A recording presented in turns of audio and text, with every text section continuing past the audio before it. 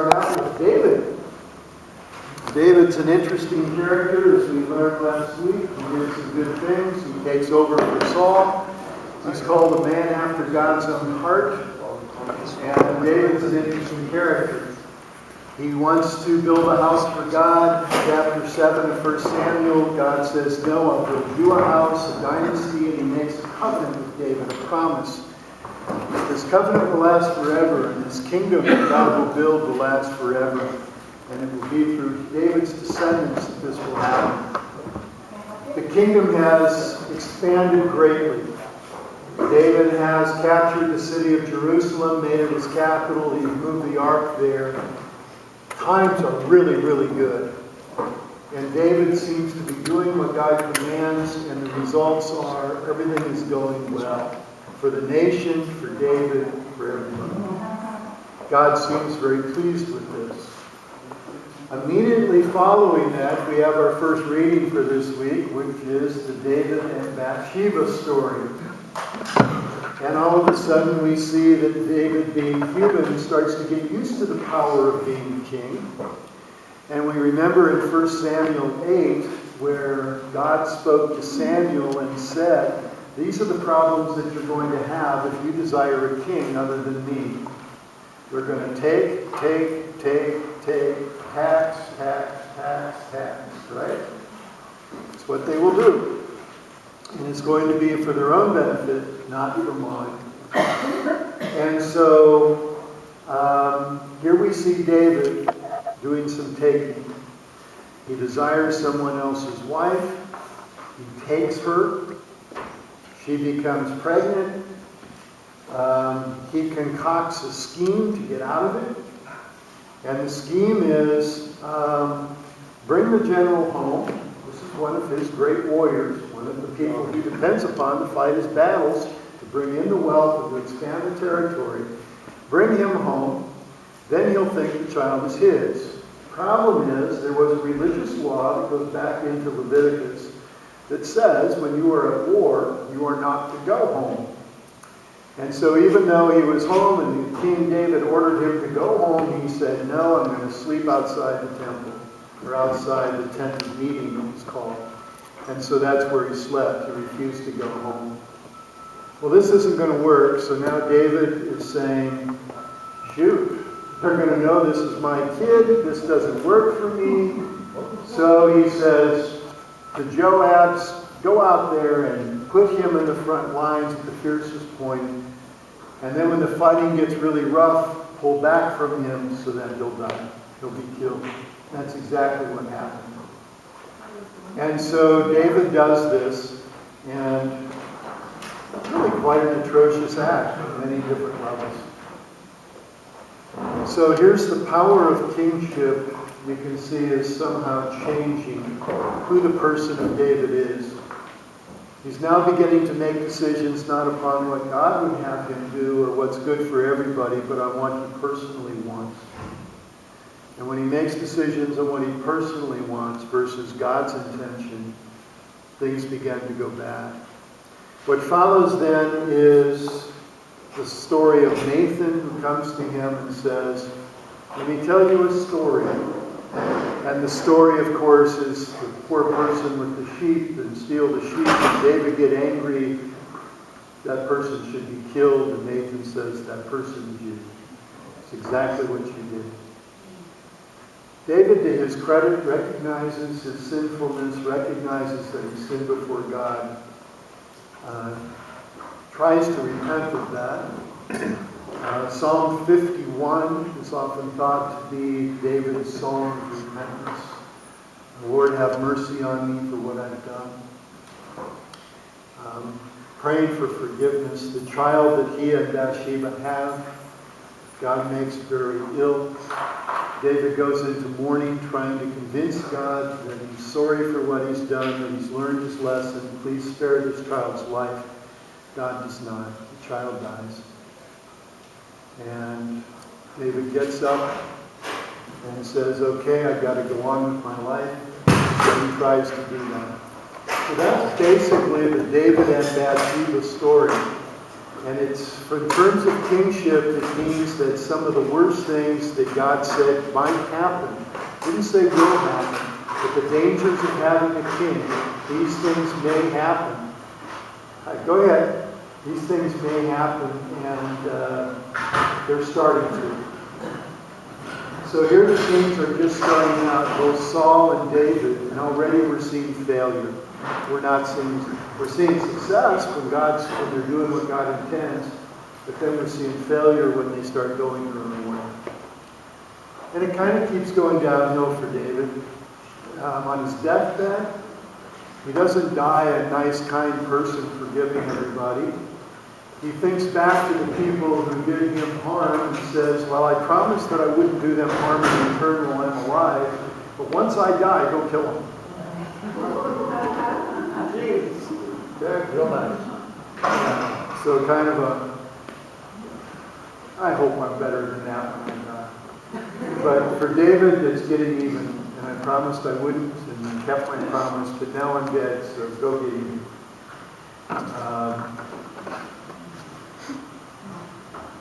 Before he dies, he passes on his kingship to Solomon. Now, Solomon was the youngest son. Usually the inheritance came down through the oldest. But Solomon comes from Bathsheba. And that's kind of interesting too. So the first child was taken from him. The second child he makes a king. I have no answer for that. I don't know why. But he chooses Solomon. And Solomon then goes and takes care of his half-brothers from his other wife before Bathsheba, and eliminates them, not them killed. So the way Solomon takes office is not through electoral college, it's through assassination. There's different ways to become king. So it's kind of you kind of see this. Solomon doesn't start off necessarily impressively well, but he becomes king, so you say, well, he gets some credit for that, and this is kind of the way things happened back in those days. You'll have kings who will continue down the line, both in the northern and the southern kingdom, and the kingdom splits, who get there through assassination. So it's a pretty common event, and I'm sure it was common throughout the world at that time, their world at that time. So this is not all that unusual. People would look at it and say, okay, this is how it happened. But I don't think they would necessarily have some moral judgment on it, as we might today. So Solomon gets in, and one of the very important portions of Solomon, and why Solomon is mostly remembered, I think, is two reasons. One is his wisdom. And so Solomon, God comes to him, God's pleased with Solomon, comes to him and says, what should I do for you? And remember Solomon's reply? You need to read that.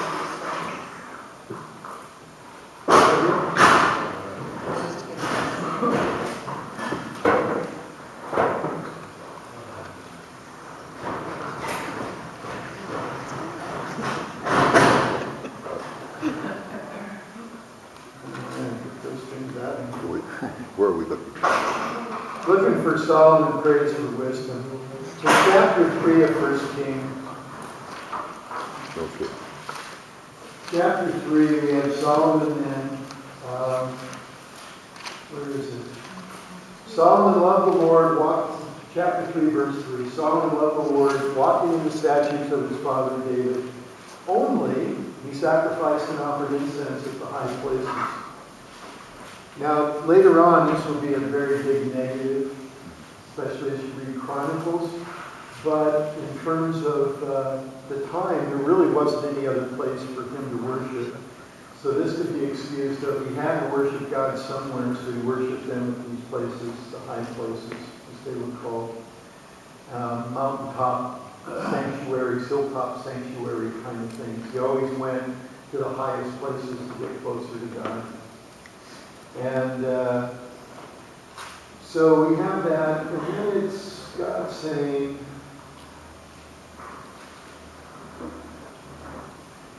verse 5, ask what I should give you, a Gibeon, the Lord appeared to Solomon in a dream by night, and God said, ask what I should give you.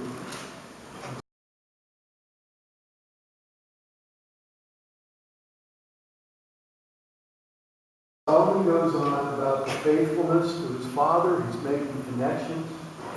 He's talking about his father David. He's talking about how God has remained faithful through all of this time. And that he's chosen Solomon, and he says in verse 9, give your servant therefore an understanding mind to govern your people, able to discern between good and evil. For who can govern this your great people? And it pleased the Lord that Solomon had asked this. And so that's really the primary thing I think that Solomon is known for is wisdom. And so when you think wisdom in the scriptures, you think of Solomon. And in fact, there's a category of literature in the scriptures called wisdom literature. And Solomon is always associated with that. Sometimes by being the author of it, it's claimed, Ecclesiastes, Proverbs, of course the Song of Solomon. But it could also be a collection of works that has his name brought to it. So whenever you see, like in the Psalms, a Psalm of David, we'll get to the Psalms next week, but that doesn't necessarily mean David wrote the song. He might have, but it would have been a collection of royal psalms. So they had headings. David was one heading, there was other headings. So David would have been royal psalms. There were also temple psalms. You had different psalms for different reasons. And they collected them together and they put them underneath a general name. So I'm not saying he didn't write them all. I'm just saying it may be a collection rather than his authorship or personal pen. Okay? Pardon me? Solomon was the author of Ecclesiastes and some of the Proverbs and Psalms. Yeah. So Solomon is associated with wisdom. And it goes back to him asking God for wisdom and God granting that. And Solomon gets called this great wise person, wiser than anyone else.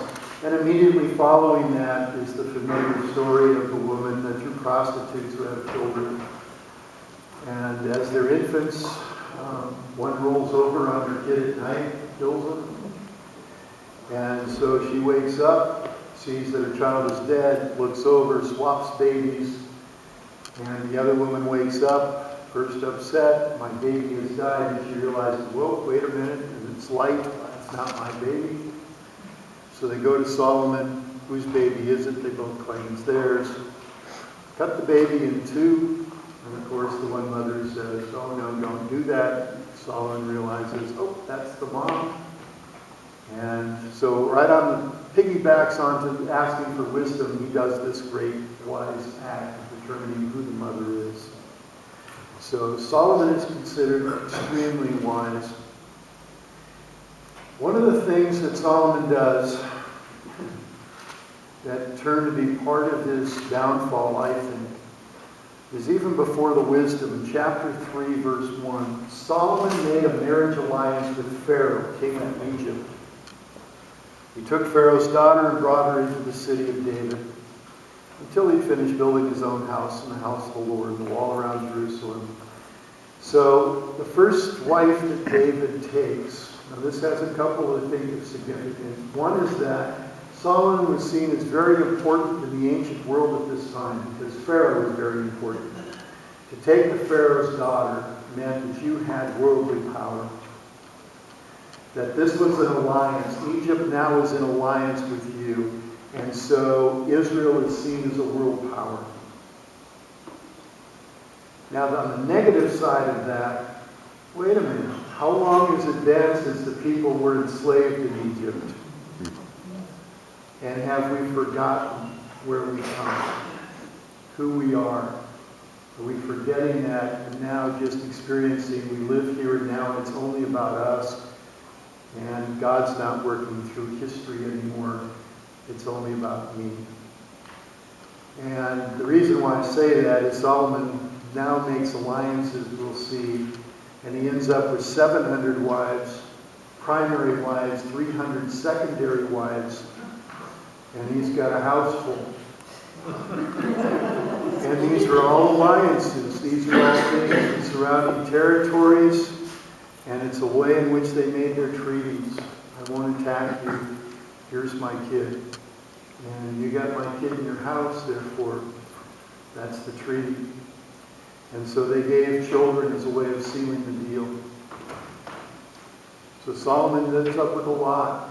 And the condemnation then, as we'll see, is that Solomon then begins to build worship places, temples, shrines to their gods. And ultimately, he even, in fact, starts to worship there. It's kind of the downfall. Solomon's downfall is not all that different than Samson's as far as I'm concerned. The women got him. And they were told not to marry outside the city. Yeah, the command, yeah. Remember, we just went through this whole time of occupation, Joshua and Judges, and about how they were supposed to wipe everybody out so the gods wouldn't be there. And now what we find is not only didn't they do that, but Solomon is actually bringing the other gods into the land. He's actually expanding their influence. He's not taking it away. So the opposite of what God intended when they entered the land is actually happening now. Solomon has this great empire that David built, and he's all about obtaining more for himself. In chapter 4, verse 22, I think this is remarkable. As you plan your daily budget for your households, here's Solomon's provision for one day. 30 cores, C-O-R-S, of choice flour, 60 cores of meal. A core was 6.5 bushels. So 185 bushels of flour, 300 and who knows, 400, I don't know, meal. 10 fat oxen, 20 pasture-fed cattle, 100 sheep, besides deer, gazelles, roebucks, and fatted fowl. Now, that's a day. That's one big household. Don't you think? But you got 1,000 wives, but still 100 sheep. How many children? Yeah, you got kids. Yeah, evidently, of course, you got all the workers in the palace, and you got all that. But, I mean, gives you an indication of the wealth that was there. I mean, he was extremely wealthy. Now, where is he getting all this wealth? Taxes. And all required funding. Where are we going to get it? So what Solomon does is, I think, quite ingenious, but it's also divisive. What he does is he develops 12 taxation districts within the kingdom. And remember, there were 12 tribes, right? But he does not use the tribes as the districts. He forms new geographical districts, and he places someone over those districts that were not leaders of the tribes, outsiders basically going to the tribes. He is totally disbanding and is disinterested in continuing the form of the tribal structure that they had and the influence that they have with one another. It's now all about him receiving. He really doesn't care about the people. And so he's bringing in the money to pay for all of this, and he's bringing in all the goods to keep his palace going and to keep all his chariots and his horses and all the things that he has to build to house them and keep them in the various places of the kingdom. But he's doing it not by going and conquering other nations as David had done, but he's actually doing it by taking it from his own people. Solomon, I don't think that I remember reading, goes on any outside excursions to conquer anybody and to bring wealth in through the conquering of others. He's now robbing his own people. Yes? Doesn't he still have control over those areas that David conquered? He Are does. still all those areas still sending tribute? They were, yeah. But now he's actually, now he's divided up his own kingdom into these districts, and he's going after them as well. Just like David was receiving his wealth from those that he conquered, Solomon is receiving primarily the wealth from his people. And in fact, I think it's Syria and maybe Edom. I'm not sure on that. Two of the countries actually left the kingdom, just decided to leave, and Solomon didn't go after it. It's starting to shrink. The kingdom's starting to shrink under Solomon as people are becoming more disenchanted. His actions are more divisive. He's enslaving his own people. You can see this in building both the palace and the temple.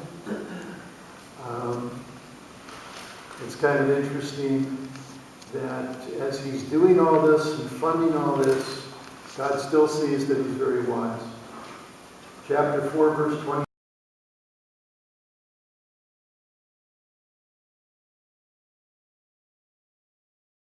God gave Solomon very great wisdom, discernment, breadth of understanding, as vast as the sand of the seashore.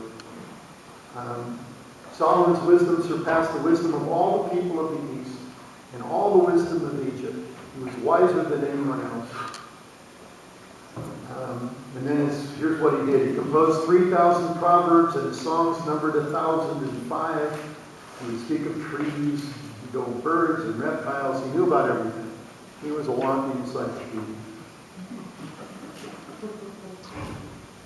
So you go to this, then you go to chapter 5, verse 13. King Solomon conscripted forced labor out of all Israel. Those are his people.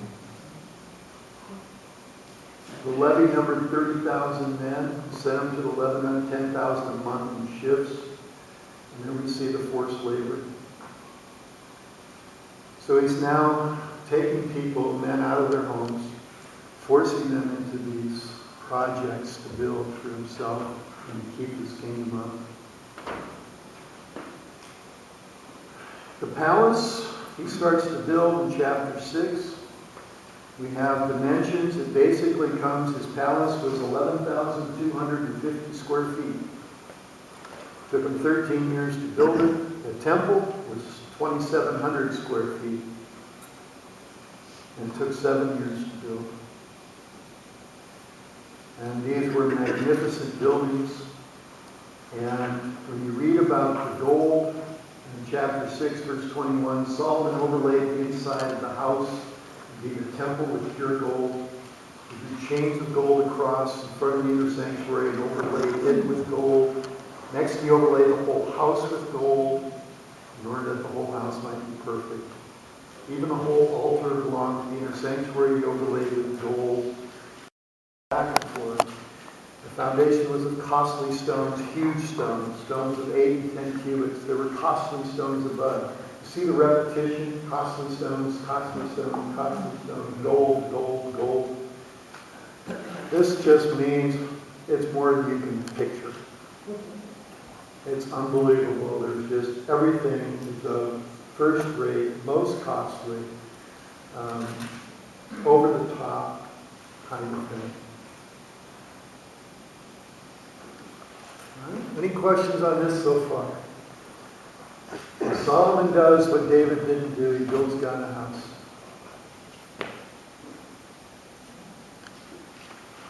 No question? All right. Then we get to the dedication of the temple in chapter 8. One question. Yes. They're each chosen by God through a prophet. Pardon me? Each king is chosen. By God. God is involved in this. And yet, if you took these stories out of the Bible and just published them as a book and made a movie out of them, no one would say, oh, I want that God.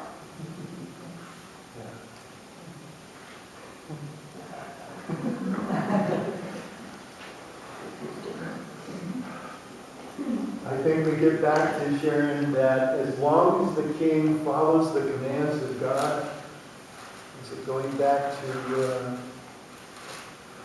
chapter 2,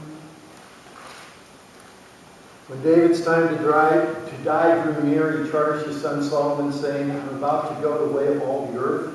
Be strong, be courageous, and keep the charge of the Lord your God, walking in his ways, keeping his statutes, his commandments, his ordinances, and his testimonies, as it is written in the law of Moses, so that you may prosper in all that you do and wherever you turn. I think that's the key. As long as you live that way, the king would follow that. If Solomon would do that, it'll all go well. But it seems that when they get the power, somehow I'm the king and it's a result of me, not of God. And that's where it tends to go the wrong way. So God's intention as he provides the person is that the person will continue to listen. They get told to listen. Of course I'll listen. I don't listen. And it's as if God gave Solomon this wonderful gift of wisdom, and then Solomon relies upon that gift rather than upon God. That could very well be, yeah. I have this gift, therefore it's mine. Somehow I deserve it because I asked the right question, so... And then he leans on that rather than on God. Yeah. Good. So how do you stay grounded as you become successful? Very good question. How do you do that? You tell me. I've never been successful. I'm waiting for that day. Help me out here. Successful, like you just mentioned. Yeah. But, yeah, how do we stay grounded? I would say we stay grounded in the same way, that we read, follow the commands of God, follow his commandments and the statutes that he puts out. That's how you stay grounded. And when we don't reread it, I mean, this becomes the problem, is that they're not reading it, they're not following it, and that's the problem.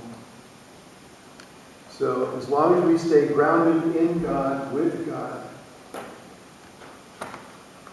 And Solomon, I think, although the temple's nice and he offers his sacrifices, the problem with Solomon is not just that he enslaved his people, not just that he taxed them to death, but that he worshipped other gods.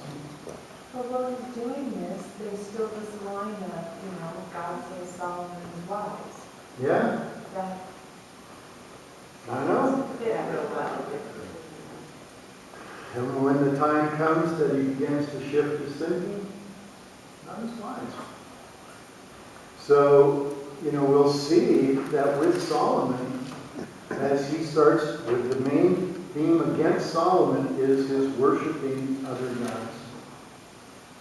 And that's just a that's the problem. And that problem will continue and cause the kingdom to split. There to be basically, wasn't really a civil war. They just split the kingdom. They just said, we're not under you anymore. And we'll look at that. But kind of tough stuff.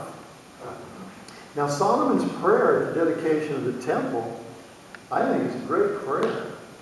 I think it shows his wisdom. When he tunes into God, he's a pretty wise guy. And so in chapter 8 of 1 Kings, we have Solomon's prayer.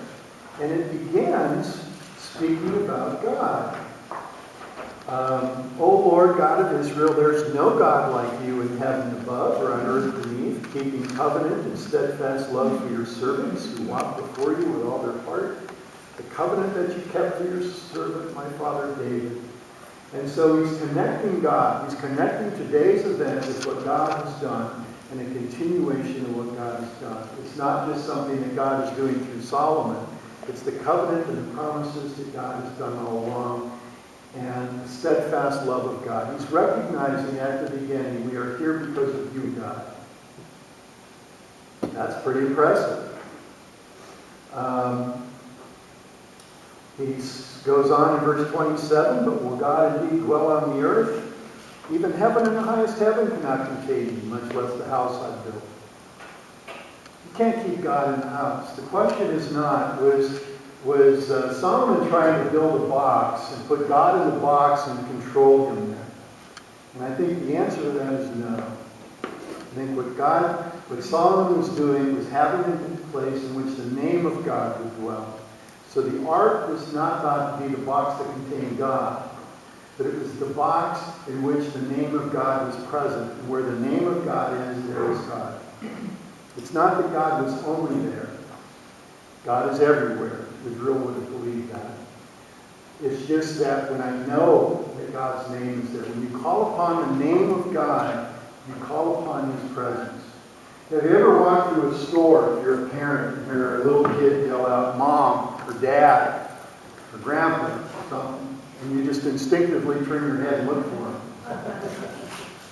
You know, when you call somebody's name, you know, if I'm to yell out one of your names, you're immediately going to stop whatever you're doing and look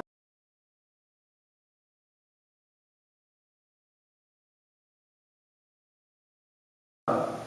There's a sense of control in knowing the name. So when we think about Adam naming the animals, there's a sense of control. He had dominion over them. There's a sense of control over them when you name something. Even in counseling, what do we try to do? We try to get people to name their fears, to name their anxiety. If you name it, you can start to look at it, and it loses its control over you, and you begin to have control over it. It's the unknown that we don't name that scares us. But if we can name it, so then that fear goes down. Okay? So this is a place where God's name will dwell. He's not trying to put him in a box. Now later, I think, as you read the prophets, the people tried to put God into the box. And they thought, as long as we make God happy here, we can do whatever we want out there. And that doesn't work too well for them. But we're still here with Solomon. He builds this temple. It's for his people. And he prays that when they sin, they'll come and they'll be forgiven. When they goof up and they lose in battle, they can come to this place and God will forgive them and give them new strength and they can go out again. When there's no rain because they've sinned against you, then they can pray towards this place, confess your name, and turn from their sin. And you will hear them and answer their prayer. This is a place where people can turn to God.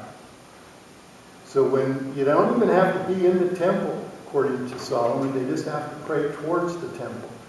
Pray where God is, and God will hear. Then he has this remarkable universalism kind of thing going on in verse 41, where he talks about foreigners who are not of your people Israel, come from distant land because of your name. And listen all the way to the name. They come because of your name, for they shall hear of your great name. So we see again, look in your Bibles and see the times in which names are mentioned. When a foreigner comes and prays towards this house, that here in heaven your dwelling place, and do according to all that the foreigner calls to you to do, so that all the peoples of the earth may know your name and fear you, as do your people Israel, so that they may know that your name has been invoked on this house that I've built. So name, name, name, name, not accidental. Call upon the name of the Lord is with you. And so the Lord is in this place. And even foreigners can call upon the name of God. People outside of the people of Israel can call upon the name of God. And Solomon prays that their prayers will be answered as well. And then this wonderful line, all the peoples of the earth, in verse 43, may know your name and fear you. And to me, that's a direct link back to the covenant with Abraham, that all the families of the earth will be blessed through Israel.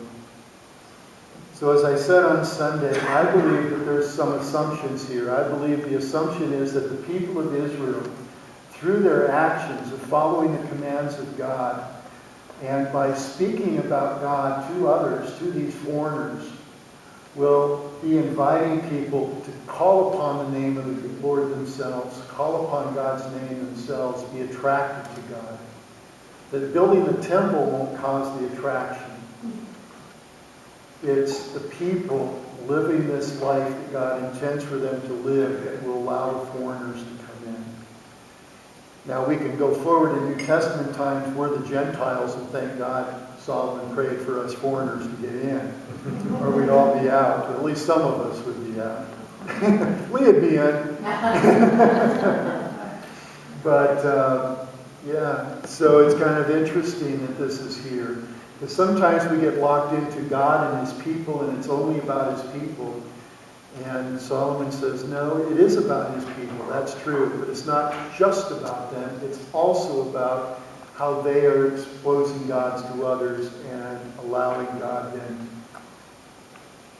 to be attractive to them, but also to welcome them and to come in so that they may know this God and experience this as well. Which, by the way, has always been my reason for evangelism. My reason for evangelism, personally, I'm probably shouldn't say this, it's not just to get people into heaven. That's not what evangelism means to me. I think that life without God is much more difficult, causes a whole lot of turmoil that's unnecessary, that when we don't follow the ways or the commands of God, life doesn't go well for us. I think the Old Testament's right. And that when we do follow God, life is better.